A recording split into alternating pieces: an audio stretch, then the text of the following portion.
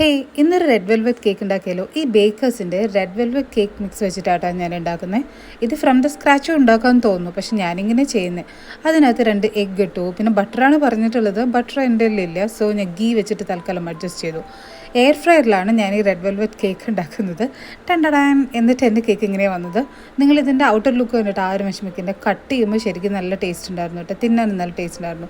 ഇത് കുറച്ച് ചോക്ലേറ്റൊക്കെ വെച്ച് ഡെക്കറേറ്റ് ചെയ്യാമെന്നൊക്കെ വിചാരിച്ചിട്ടാണ് നമ്മൾ സാധനങ്ങൾ വാങ്ങിക്കാൻ പോയത്. പക്ഷേ ഞാൻ ഡിസൈഡ് ചെയ്തു, ഇനി ഇതിൻ്റെ മുകളിൽ കൂടുതൽ ഇൻവെസ്റ്റ് ചെയ്യുന്നതിനേക്കാൾ ബെറ്റർ ഞാൻ ഈ കേക്കിന് അങ്ങനെ തന്നെ എടുത്ത് കഴിക്കുന്നതായിരിക്കും ബെറ്റർ. എനിക്ക് റെഡ് വെൽവെറ്റ് വേണം തോന്നുമ്പോൾ ഞാനൊരു സ്ലൈസ് മേടിക്കുന്നതായിരിക്കും എന്നെ സംബന്ധിച്ചിടത്തോളം ബെറ്റർ. സോ ഇതിൽ നിന്നുള്ള ഒരു ഗുണപാഠം എന്താണെന്ന് വെച്ച് കഴിഞ്ഞാൽ, not everybody can bake cakes. എല്ലാവർക്കും ചിലപ്പോൾ കേക്ക് ഉണ്ടാക്കാനുള്ള കഴിവ് ദൈവം കൊടുക്കണമെന്നില്ല.